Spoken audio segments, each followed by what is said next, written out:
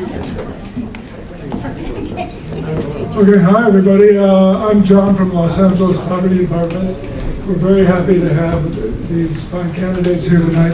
Skid Row, Skid Row, LAPD has been around for a long time. It was the first arts organization for people in Skid Row. And, Skid Row needs real representation. And so we're very happy that these candidates are here to tell how they're going to make that happen. Okay. And Kathy Pulis is going to moderate this conversation. If you want to ask a question, there are cards available, and Tom Brody in the back there is give your card to him if you haven't done so already. And here we go. Hi, I'm Kathy Gudis. I'm president of the board of directors at LA Poverty Department, and I'm the person you're going to hate this evening. And that's because I'm going to try and keep us to time, and I've been trying to integrate all of the questions that people have put on cards. So because we have a time basis, we want to ensure parity. I just want to mention a couple of ground rules, because LA Poverty Department is a 501(c), which is a nonprofit. So I just want to assert the fact that we're hosting this event in the spirit of education, and to ensure really that members of this community have a chance to learn about the candidates running for a council seat to represent CD14. Now, we know CD14 is very diverse. It spans not just downtown, not just Skid Row, but also Little Tokyo, Chinatown, Boyle Heights, Lincoln Heights, Highland Park. We are trying to focus on downtown LA right now, but of course the issues here extend much further than that. We are extremely grateful to the candidates for coming when it's such a busy time of year with voting day on March 5th, although you can submit your mail-in votes at any point. But know that we did invite all of the certified candidates running for CD14, and LA Poverty Department is not endorsing any candidates, nor is our hosting of the candidates here any indication of endorsement. So we are bipartisan space. It's a place to listen. So I know it's troublesome to have to write your phrases down, or your questions down, or your comments down on a card, and thank you so much for doing it. I'm also going to ask you to refrain, respectfully, I will ask you to refrain from your applause or from excessive exuberance for or against any particular candidate and what they say. We do like talk back, but this might not be the context for it. So we will have opportunity for more mingling afterwards. So we're going to go in a very orchestrated manner, which of course the candidates here are very familiar with, right? And so we're going to have some opening statements in which each candidate has an opportunity to speak for 3 minutes. They've been told about that. We'll go in alphabetical order first, and then we'll switch that order up as we proceed with questions. Given our short time, candidates will only have 90 seconds to respond to the first question that's related to housing issues, which really is not enough, and we know that. And then we're going to have to stick with 60 seconds for the next set of questions, and then another 60, because otherwise we won't get out at 6:45, or whatever time we said we'd close. Yeah, 6:45. So we're going to start there, all right, and we're going to continue on from there if people have energy past all of that, okay? So let me just make sure I didn't miss anything here. Okay, so without further ado, I would love to ask that Nadine, Dr. Diaz, speaks first in that alphabetical order for 3 minutes, and our handy timekeeper over here will mark something. You'll get a wave, and then, and I will try to be polite in asking people to stop, because we don't have a big time, meter like at City Council. Ready? Okay. First and foremost, thank you so much for having us here tonight. My name is Dr. Nadine Diaz. I am a third generation constituent of CD14. I am from Boyle Heights. My background, I am an American of Mexican, Japanese, Basque, and Yaqui descent. Wow. Nice. And thank you. Doctor of Social Work. I earned my 3 degrees at USC, Bachelor's in Cultural Anthropology, also a Master's in Social Work, and a doctorate degree in Social Work. I have been in medical research since 1995. at USC on several studies that range from breast cancer among African American women and Latinas, the Children's Health Study, which is a longitudinal study with UCLA and USC, and also diabetes and currently Alzheimer's disease for the past 17 years. I also teach at Cal State University Dominguez Hills in social work, and also in Boston online in the doctorate program in social work. This is my second time running. I ran in 2015 against Mr. Weezar, and I ran because at the time I felt that our needs were not being met in terms of transparency, integrity, respect, and equality. So I'm running again because I feel the same thing has happened. There has been a lot of corruption, unfortunately, and I want to make a difference in terms of meeting the needs of the CD14 constituents, whether they're tenants, small property owners, small business owners. I think my philosophy is that I believe that everyone has a seat at the table as it relates to land use. And land use I see as a canvas, which incorporates housing, infrastructure, green space, small businesses. So together, planning is important to me. My emphasis in social work is community, organization, planning, and administration. I worked on Skid Row back in 2005 at the LA Mission with the medical team, traversing all over Skid Row from 5 in the morning to 5 p.m., 4 days per week. Today, as we know, homelessness has mushroomed, and there are many needs, many different target populations. I come to you as a social worker. I'm not a career politician. I was born in 1962. I have served on several boards, and my expertise in social work, I feel, will be an asset to the city, to the district, in terms of innovation and design as it relates to what our city needs. Perfect. Yeah, wow. Okay. Thank you so much. Okay. And next in alpha order is Genny Guerrero. It's very hard.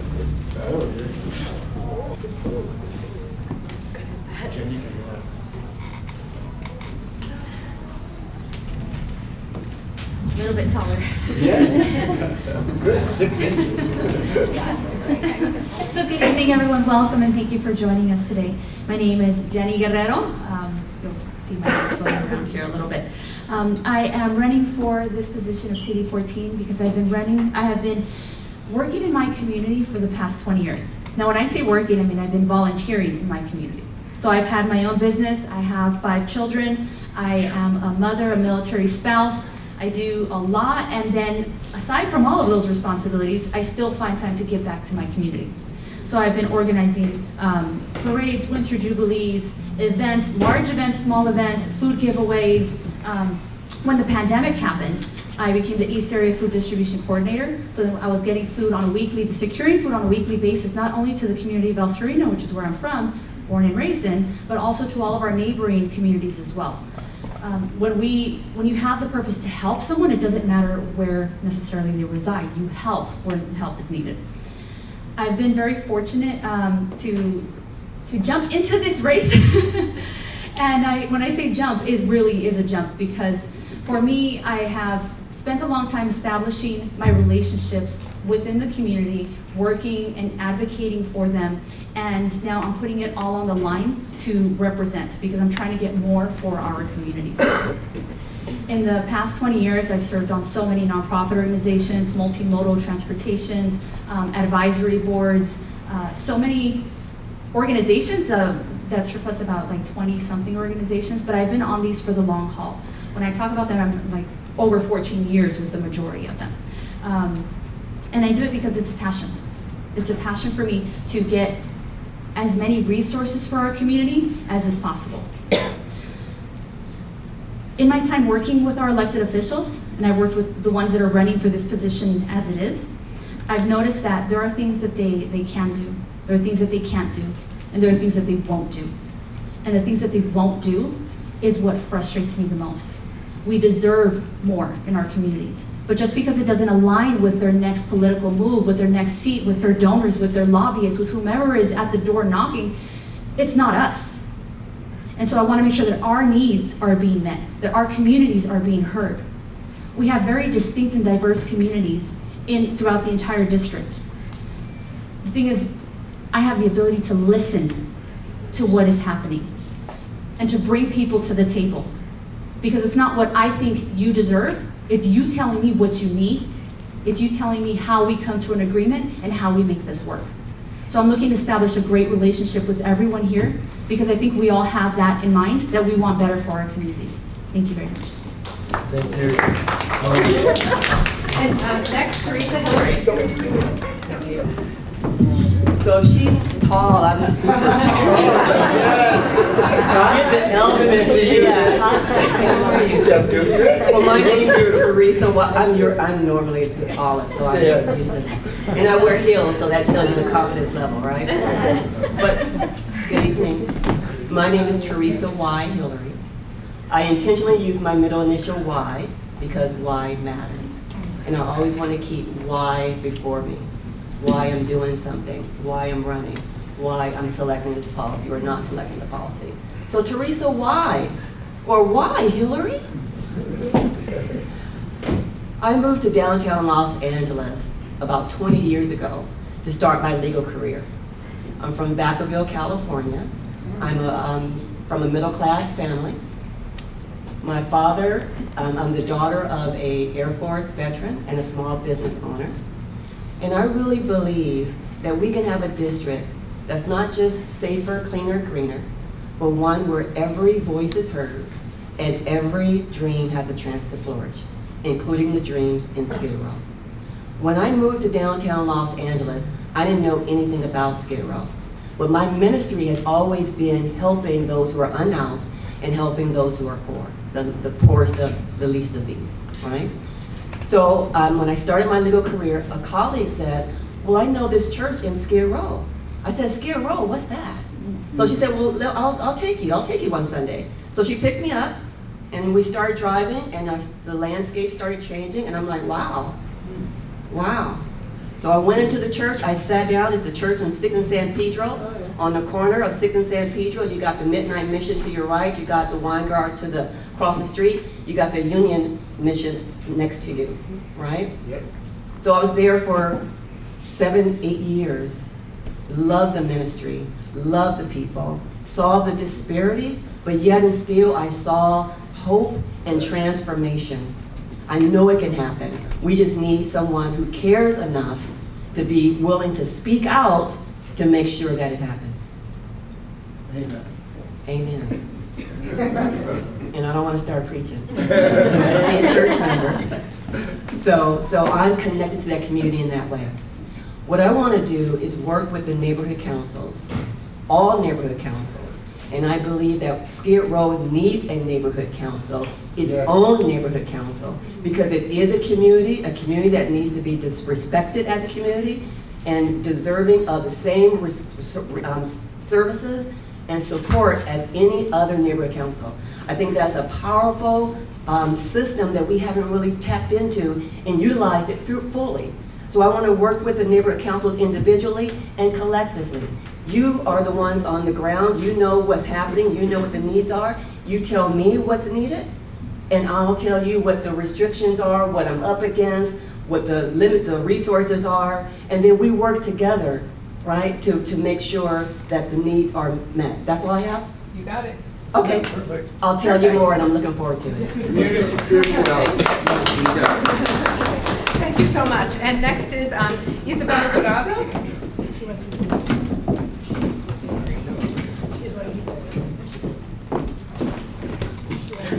We go from very tall to very short. Okay. Though she be little, she be fierce. So says Shakespeare, so they tell me. Okay. Hi, everyone. Wait, let me set my timer. Oh, wrong one. I'm new to all of what's happening in my life these days. Okay, I'm ready. Good evening, everybody. My name is Ysabel Jurado. I'm running for LA City Council District 14, and I'm running for many of the reasons that my colleagues are up here today, right? We are tired of reading another headline of another corrupt politician stealing money from our coffers for their personal paycheck or for their personal career goals, right? How many times over has CD14 been screwed over in your lifetime? Raise your hand if you've been screwed over by your council member. Yeah, right? And that's why I'm here, because I'm tired of the failed policies that they keep talking about. And you know, we need someone who's from and for this community, someone who actually understands the struggles that these career politicians just talk about. And that's why I'm running. I've lived in this district all of my life. I'm born and raised Highland Park, still living in the house I grew up in. I'm a daughter of undocumented immigrants. I was a single teen mom. I went through from four-year university, had to drop out, went on food stamps. With the help of my community, went to UCLA to become an attorney. And I didn't choose a big corporate job. I saw what gentrification did to my community in Highland Park before it was trending and cool. And I decided to be a community economic development attorney, which means I defended tenants against evictions and small businesses from evictions during the height of the pandemic. And that is the work I focused on. This is very depressing work, watching people fall into homelessness right in front of my eyes, and wanted to help build strong communities as a community lawyer. And that is the foundation of the three policies I want to focus on. So first is attacking our homelessness crisis, centering those who are most affected by homelessness, and making sure we have more comprehensive wraparound services through community resource hubs and allocating discretionary funds to open more of those, not just in Skid Row, but throughout the district.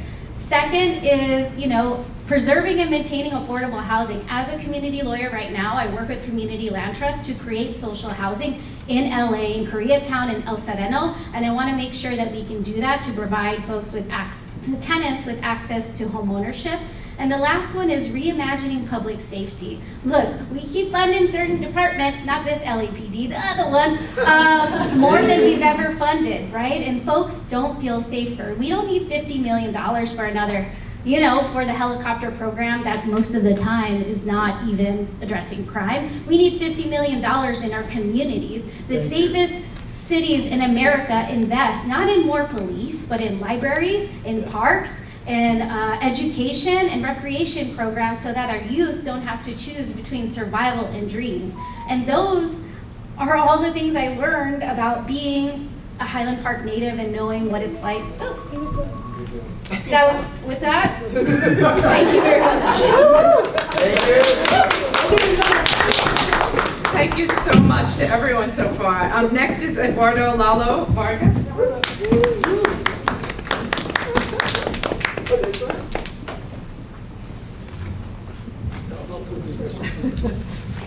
Average height.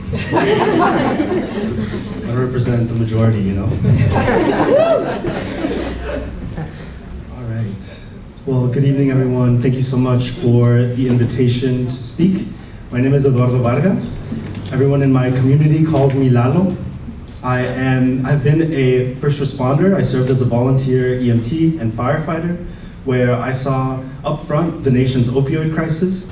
I've served as a tenant organizer, volunteering my time to ensure that people are forming tenants associations so that they can defend their housing, so that they can defend themselves from being harassed by abusive landlords, and so that they can keep their rents low, and so that ultimately they can stay housed.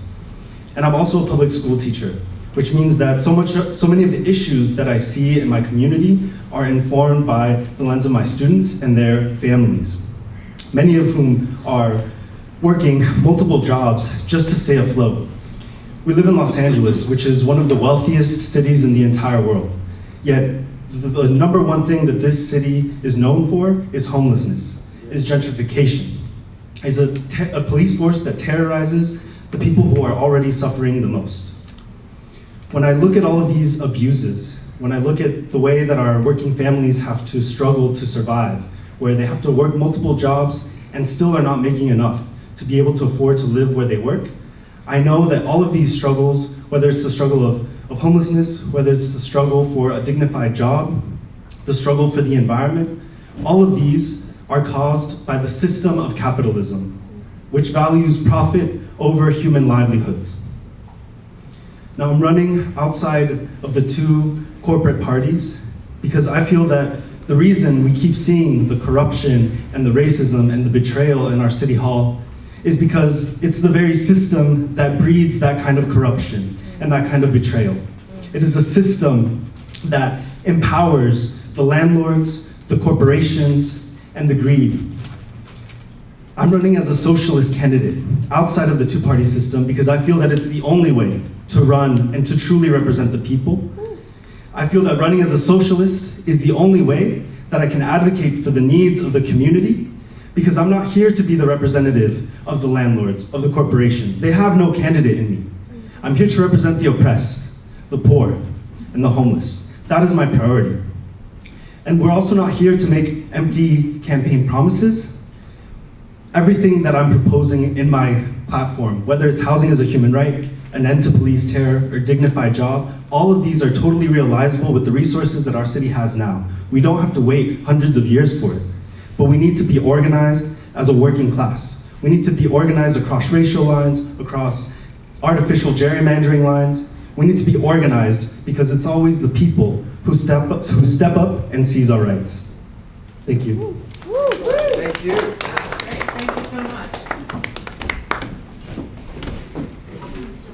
All right, okay. We're gonna do a quick look here. All right, so I'm gonna try and put together these questions in a variety of forms. So don't be offended if I just take a little piece of yours and mix it with someone else's. So the first issue that we want to address is obviously housing, right? This is really the crucial concern. For over 7 years, downtown has been going through this process of updating its community plan called DTLA 2040. And that plan poses a central question. What will downtown look like by 2040? DTLA will be zoned for something like, as one question writer posed, 100,000 units. How? And the community-based Skid Row Now in 2040 has done a lot of advocacy around that. And our advocacy is related to the historical boundaries of the Skid Row neighborhood. It is a neighborhood, it's a community, and historically, it's run from Main to Alameda and 3rd to 7th. And if you can't tell, I am a historian. I'm a professor of history, so I'm sorry that I'm coming across that way. So we've been advocating, or at least the Skid Row Now in 2040 has been advocating for retaining the existing low-income and affordable housing in downtown, designating an IX1 zone along those historical boundaries of Skid Row so that that area is restricted to affordable housing, and maximizing low-income and affordable housing in downtown. And we all know that if luxury housing, bars, and bougie businesses are built within the historical boundaries of Skid Row, poor people will be pushed and policed out.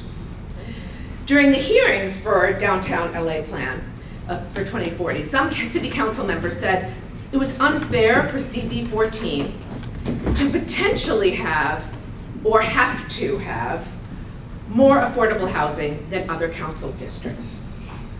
Other people said it was racist to preserve a neighborhood made up of 56% Black and 26% Latinx, low-income people.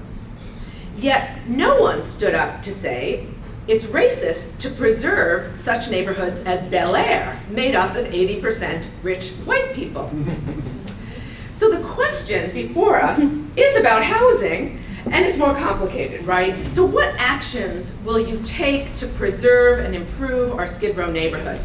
Its network of people, supportive services, arts, and culture, while retaining and maximizing that low-income and affordable housing. Okay, I said we would go in reverse alphabetical order because I didn't know another way to be fair. So, first up is Eduardo Vargas. Thank you.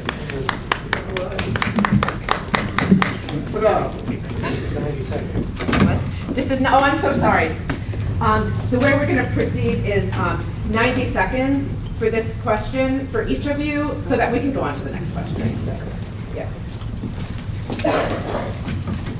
Housing is a critically important point. It is the pillar of our livelihoods. And in the city of Los Angeles today, there are more empty housing units than there are people who are experiencing homelessness. The city needs to seize these empty units. It should refurbish empty units, and it should also take units away from landlords that are constantly abusing and breaking code violations, or creating code violations. If the city were to seize all the empty units, we could house people and guarantee housing as a human right. We also need to strengthen the rights of our tenants organizations. Their rights need to be codified into law, just like a workers' union, so that people can fight for their right to stay housed. Apart from that, we also need an overhaul of the rent stabilization ordinance. We need to cancel COVID-19 rent debt. When COVID-19 rent debt was, during the COVID-19 pandemic, there was a pause, there was a moratorium on evictions. And that's the one time that we saw homelessness actually go down in the city. Ever since that moratorium had ended, now homelessness has continued to increase. They are directly related. And the question itself said it as well. We need to put a ban on luxury developments. As long as there are people living on the streets, there is no excuse for building luxury developments. After everyone is housed, then we can talk. Once we start to make sure that everyone is housed, we also need to make sure that we have public housing that is actually desirable. There's no reason that public housing should be substandard. Other countries around the world have promoted this and proved that it is possible to have dignified public housing. Thank you so much. Okay, so I'd like to invite Ysabel, Jurado. Hi, thank you for the question.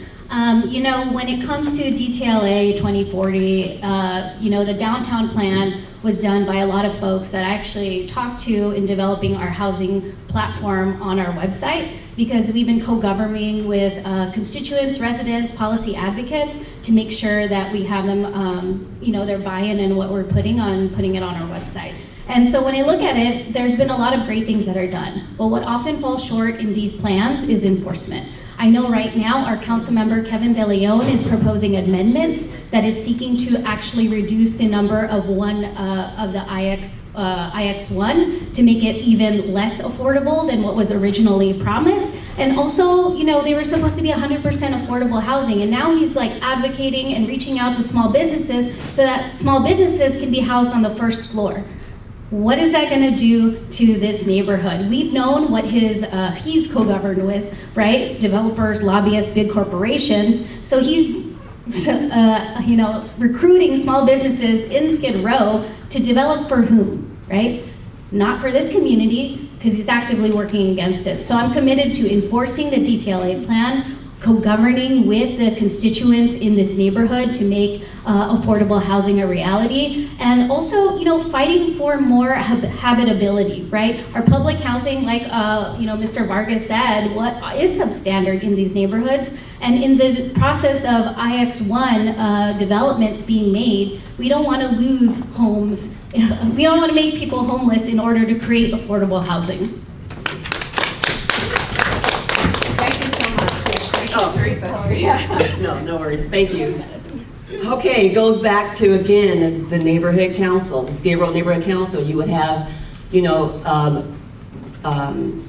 say over land use issues, and that's what this is about, land use issues. And that's why they're pushing so hard against you having your own Skid Row Neighborhood Council, because you will have a real say in what is done with the land use.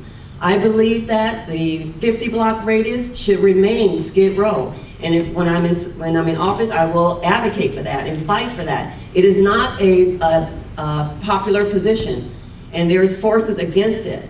But again, I am a warrior. I am a trial attorney. I have been in the battlefield. I have fought back corporations. Personally, sued corporations and won. Professionally, sued corporations and won. So you will have an advocate in me with that. I've traveled this is my second career, and law is my second career. My first career was in corporate community development group. I had all 11 states that I would take the bank's resources, human financial resources, and put it into the community. As I traveled throughout the 10 states, I saw the same thing where the African American or communities of color were cut off by the freeway. It's by design, where you have no in or out. So it sucks the economy out of a community. So we do have to fight against that. Yes, I'm corporate, but corporate is not in me. I understand the language. I can speak to the people, and I can also speak to the language of those who are in Skid Row as well. So I'm balanced.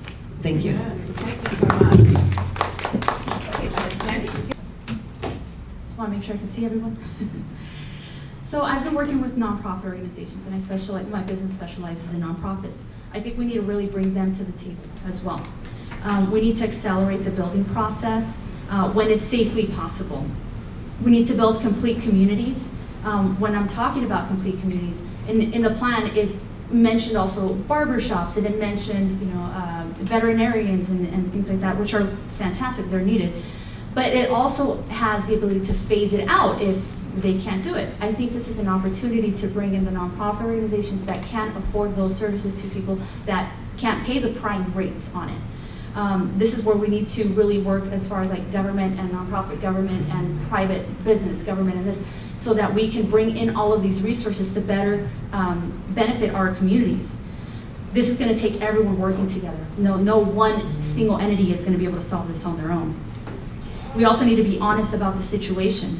We need to have a clear understanding of how many people are in what situation, how many people are homeless, how many people have a space to stay, and for how long. Just because they're in that unit for a week doesn't mean that they actually have housing. Transitional housing could be a 15-year housing program. And that seems like it's something that's a little more reasonable, maybe even a 5-year more housing program, so that a person can actually get onto their feet. So they can actually not have to be subjected to other people telling them when they can wash their clothes, when they need to go to sleep, how much food they can have with them. They can't have food in their units, they can't have this and that. We're trapping them in these situations, and we need to do better. Yeah.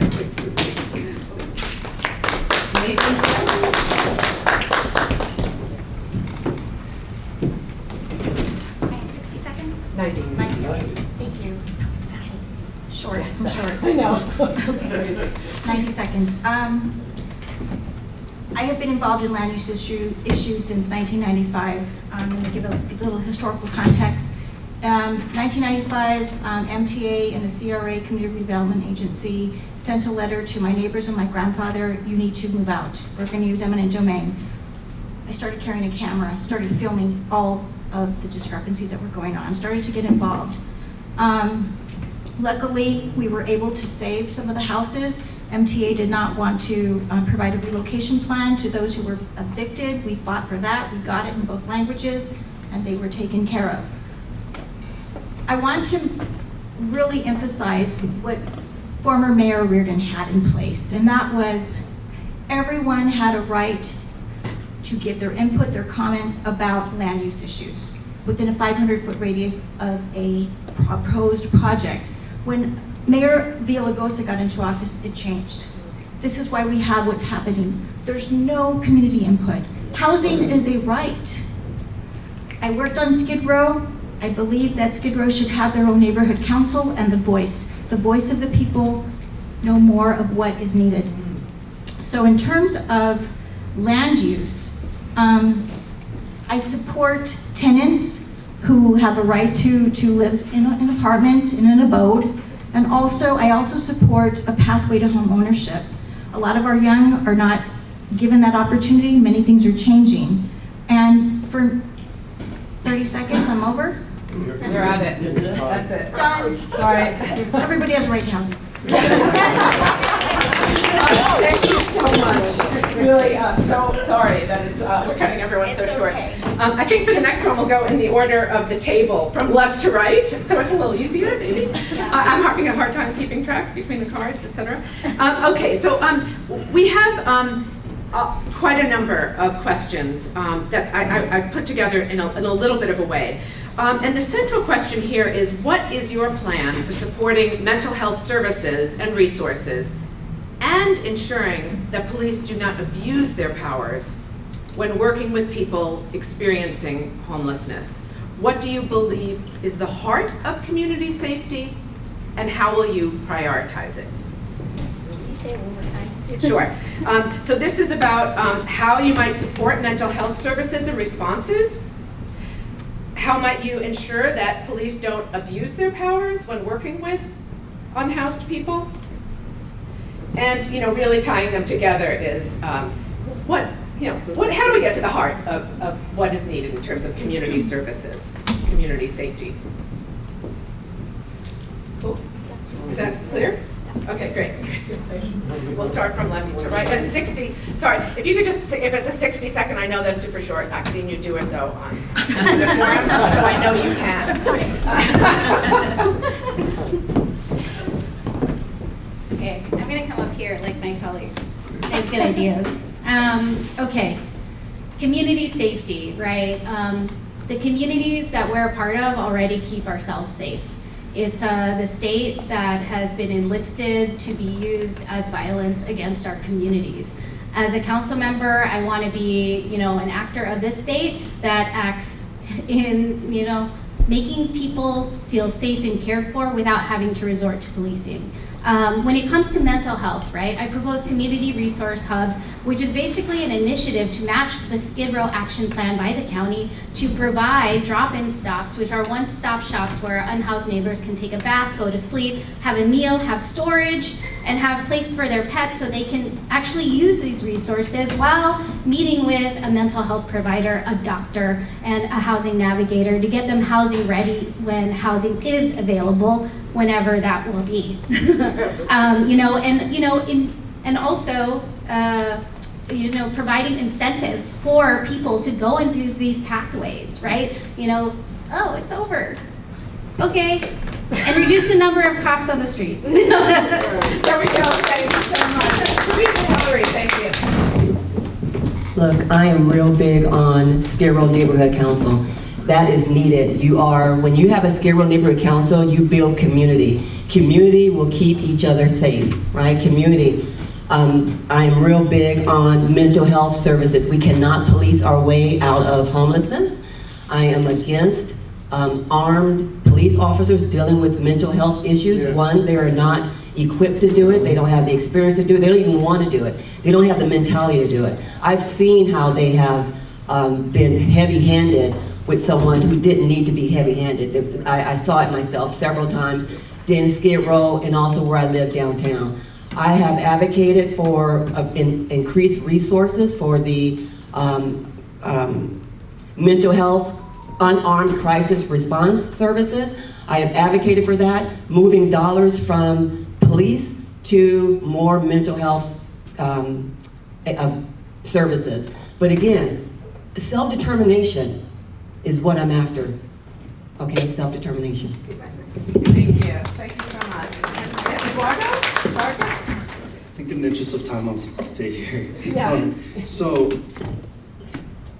In other cities, they have piloted programs. For example, in Denver, they piloted the STAR program. Here in Los Angeles, they have piloted the Circle program. These are alternatives, unarmed crisis response, where mental health professionals are dealing with mental health crises. It makes sense to have people who are trained to deal with a certain type of crisis deal with that kind of crisis. So one of the ways that we would support mental health is by funding programs like that. There's no reason why this should be a once a week kind of a program. It needs to be funded 24/7 and across the entire city. The city's Inside Safe program built hundreds of units for homeless individuals. They are still sitting empty because there's so much red tape in front of them. To truly support our homeless individuals and anybody who's in requirement of public housing, we need to turn these into supportive systems where people can drop in and get whatever it is that they need, whether it's needle exchange, whether it's drug rehabilitation services, whether it's talking to a medical professional. All of these things are things that we can fight for and push for if we fight for a people's budget that allocates the adequate funding for these resources.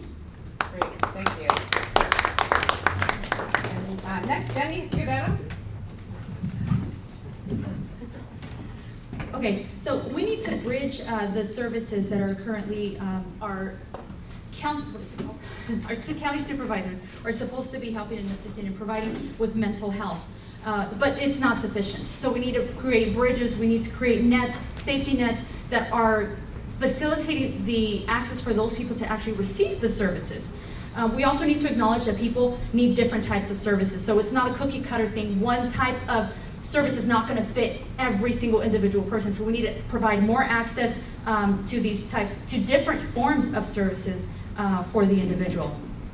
We need to have the caseworkers there available to complete the process from A to Z for people. So just because a person is standing in front of you, you tell them, oh, here's your application. A lot of people are illiterate. Many people don't have the technology skills. Many people don't have the abilities to complete the process or do the follow-ups that are needed for it. So we need to have people in place to help them get to the next step. There was a trial program with LAPD where they had a doctor that would go out with the officers on certain calls. I think that was a very beneficial program because this way it keeps people from being dangerous, in danger. Thank you. Thanks so much. Nadine, Diaz? Community safety, it is extremely important. I believe in community policing. Former Chief Williams had implemented a program for community policing after the 1992 riots. I believe that the eyes and the ears of the community need to be heard, and also what I plan to do as councilwoman is to create committees within the neighborhoods where residents and business owners can report exactly what is happening. I believe in confidentiality as a social worker. That is key, so there's less retaliation. I worked at California Hospital from 2006 to 2017 in the ER, which is the California Hospital, Dignity Health, 1401 Grand Avenue. Per diem social worker. I love the work because I was working with the indigenous population. It's important to provide the linkage of services. We work with clinics, other institutions to provide the services that are needed. We need to triage the mental health issues that are affecting our community.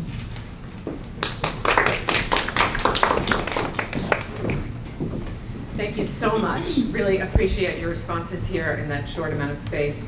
As you know, many people who are living in downtown and CD14 are majority, minority, low income, and do not own property. According to democratic principles, their needs and interests count as much as property owners and businesses. But we haven't seen democracy in action. Legacies of racism and corruption reign in CD14, with developers, the Downtown Central Business Improvement District, now repackaged as DTLA Alliance, and Center City East Association have had outsized power. Historically, downtown council members have supported the bids over Skid Row residents. What steps will you take to ensure, I'm gonna restate that, to go with these ideas of this disproportion. How will you correct these imbalances towards racial equity as well, right? Correcting the imbalances related to that issue of racial equity that several people have asked about. And this does tie into meaningful self-representation for Skid Row, but some of you have already addressed this, so you might decide what you want to cover in your short 60 seconds based on that. Thank you. Any questions? Sorry, I'm trying to cobble together. Any questions about the questions? The question is, how are you going to stop that form of corruption in which people don't have a voice, who don't have property? What steps are you going to take? That's, in short, the answer. The question. I don't know what your answer is. Okay. That's all right. I already have it written down. Okay, we're going to go from right to left. So we'll start with Dr. Diaz.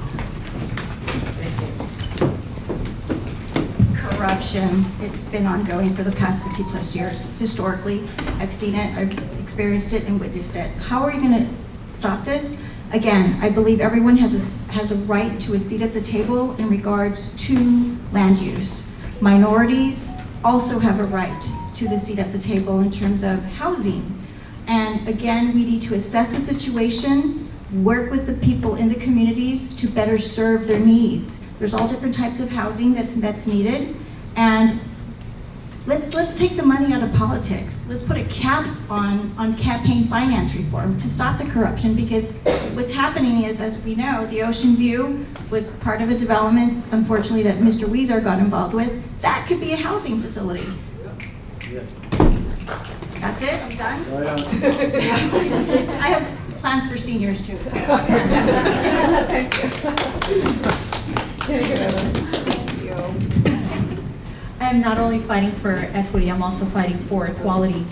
I have been heard and I have been told by the council members and several council members that if you don't have a bid, you don't have a voice.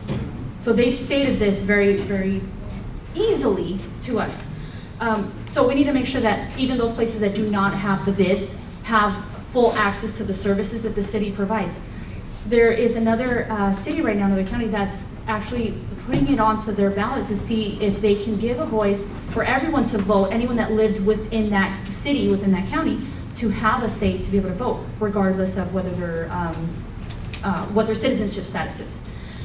Which also helps with the businesses that are there, it helps with the people there, because everyone has a right to say and to ask for what they need. It is not fair that the resources only go to where the registered voters are, and they're the ones getting the tote bags, and they're the ones getting the services. So we need to make sure that we're providing balanced services throughout our entire district, regardless of that fact. Thank you. Great. Eduardo Vargas?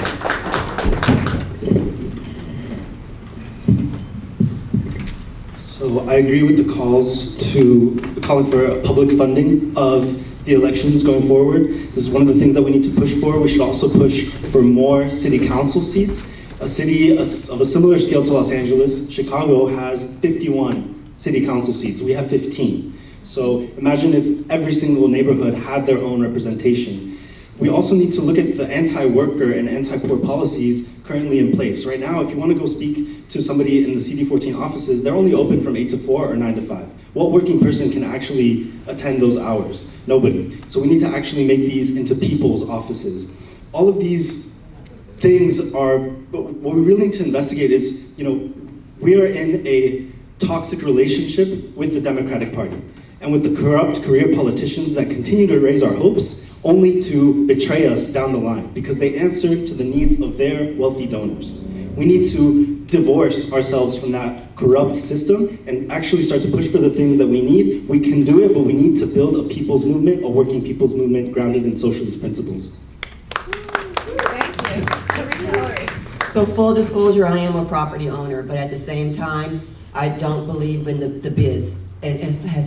The bids having full autonomy in doing what they want to do. I'm part of the South Park Neighborhood Association who focuses on residents. We also have a new DTLA Residents Association.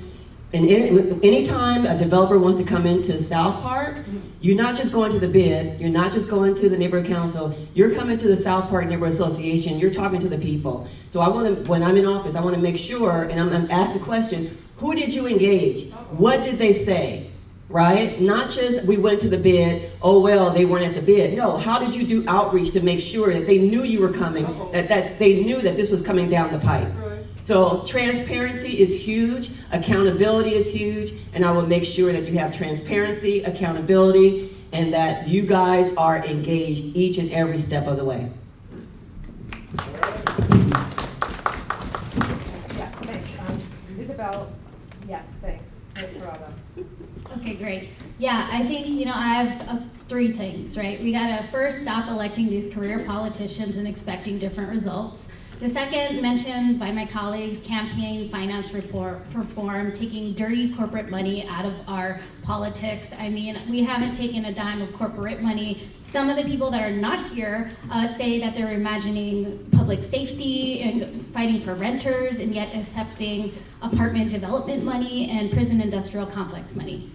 They're talking out of both sides of their mouths and responding to their donors when they are in office. And the third thing is, as I mentioned, co-governance, right? Making sure that the communities that we are serving are centered in the policies that we're talking about. When an ordinance comes up on my desk and it's gonna affect the Skid Row community, I'm gonna call y'all and ask you what you think about it.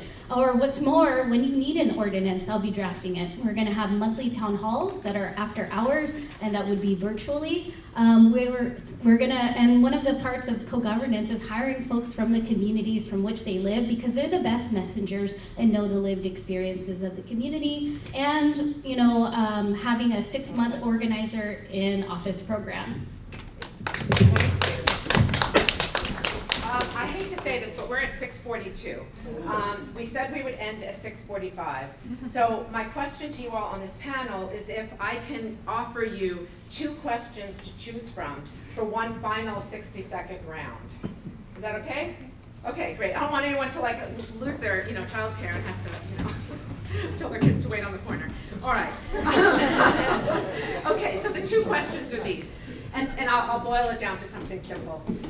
One question that you might choose to respond to is about workforce training and employment opportunities, with a lot of challenges around it for downtown. I'm going to leave it at that. It's more complicated, but I'll leave it at that. So one question that you could potentially ask is about workforce training for downtown in particular. The second is about nuisance or incompatible use with smoke shops that warehouse explosives right next to downtown residential buildings and recovery communities alongside numerous bars. How will you protect residents? So, should I repeat? Yes, please. Okay, so the first one is workforce, easier to paraphrase. The second is that, we have been subjected to nearly uncontrollable fires on Boyd Street and elsewhere because downtown LA is the center of the nation's wholesale market in smoke shop accessories, including butane, nitrous oxide cartridges, and other chemicals used to cut and enhance drugs. So, and bars are numerous within a recovery community of Skid Row. So what will you do to protect residents? Okay. And I think what we'll do is start in the middle because we haven't done that, just to make it super confusing for everyone. So is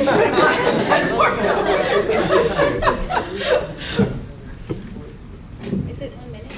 It's 1 minute, yeah, sorry, but take your pick. I'm going to take a stab at both.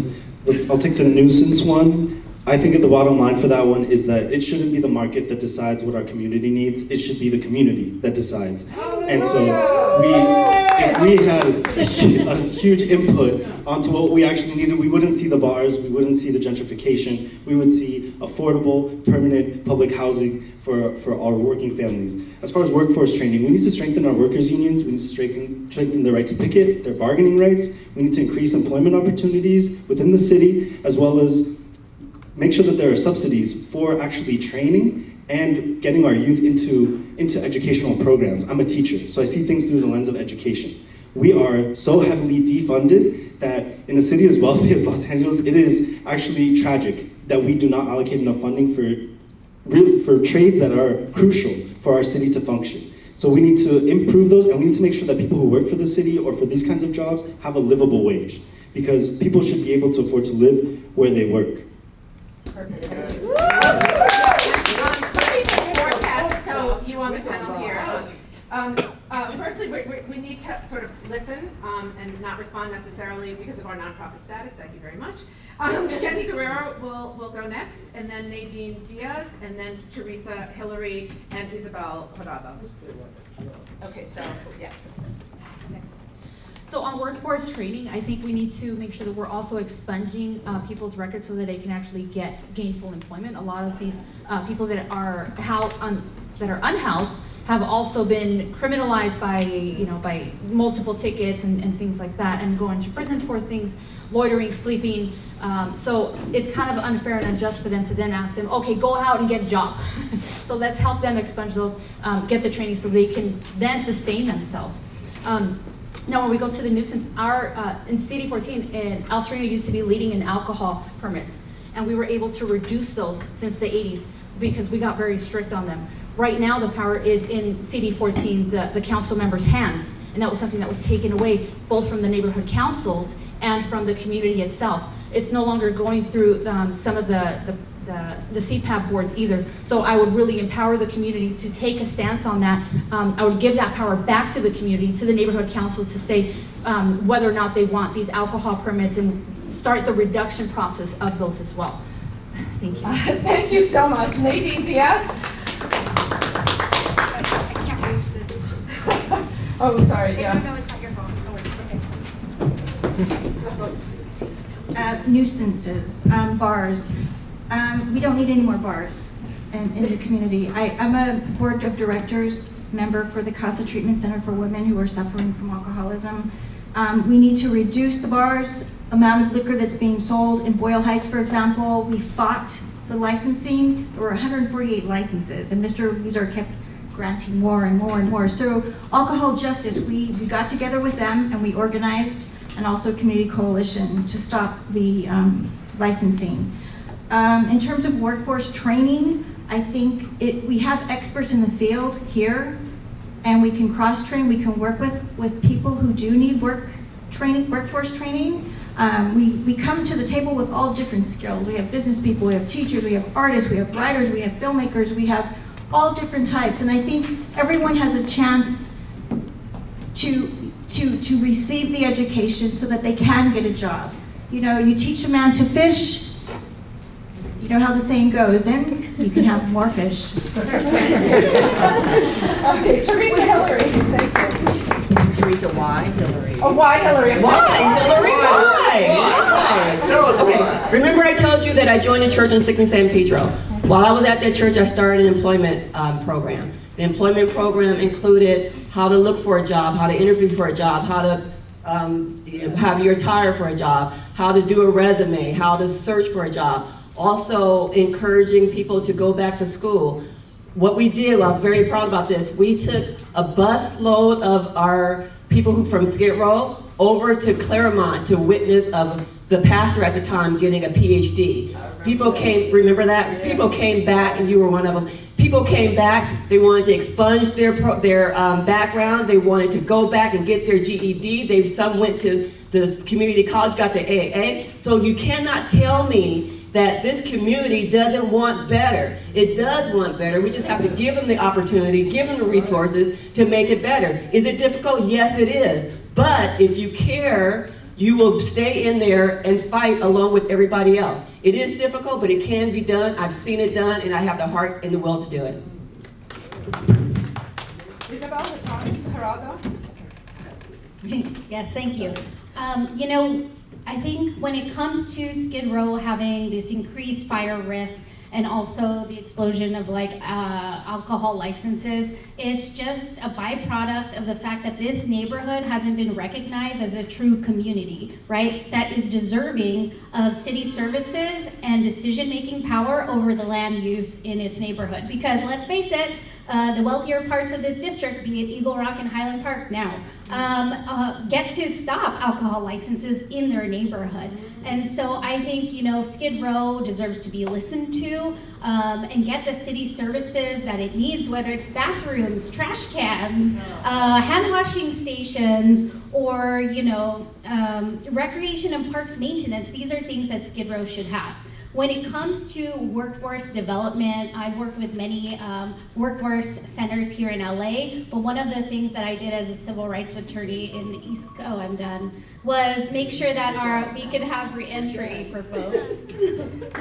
Wow. Give it up for this panel. Wow.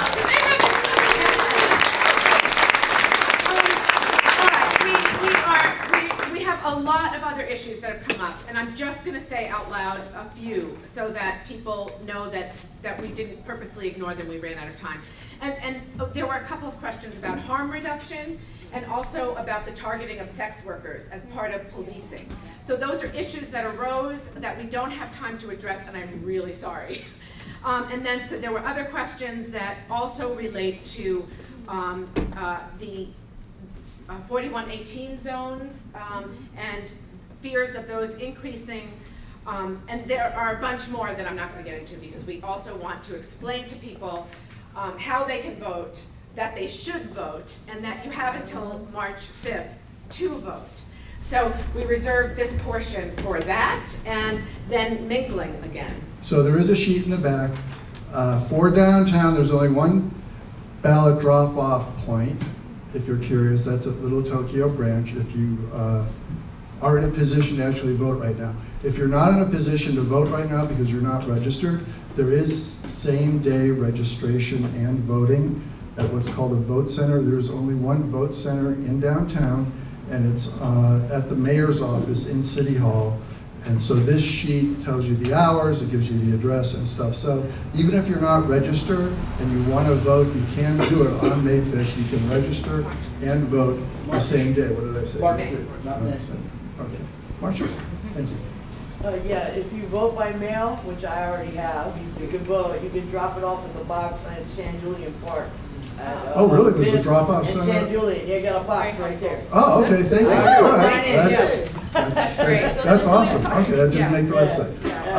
Okay, and then the other issue with questions, there's several wonderful questions we did not get to. We got to most of the questions because we were able to take them and pull them apart and put them in a category. So many of the questions you wrote down did get asked, not literally the words you wrote because they got combined with 2 or 3 others. There were several great questions that we didn't have time to get to. So what's going to happen is we're going to collect all the questions that people have submitted, and as part of our follow-up, not exactly sure what that looks like, but it certainly looks like at least one email, we're going to get all those questions out there so that everybody here knows what those questions were asked and weren't asked, as well as the people who are interested but just didn't make it tonight, as well as all the candidates understand what questions got answered and what questions didn't get answered, so that this continues to unfold, because it's not just about hearing these 5 candidates, it's also about building relationships, because it's not just there's an election, this is part of a bigger picture of relationships and working together, not just in terms of Skid Row and downtown, but through all the neighborhoods that are represented here tonight. So with that, here they are, rush them, grab them, ask your personal questions. They have their campaign literature. If you want to know what their specific campaigns are all about, there is literature back there. You can take a copy and you can study it on your own time.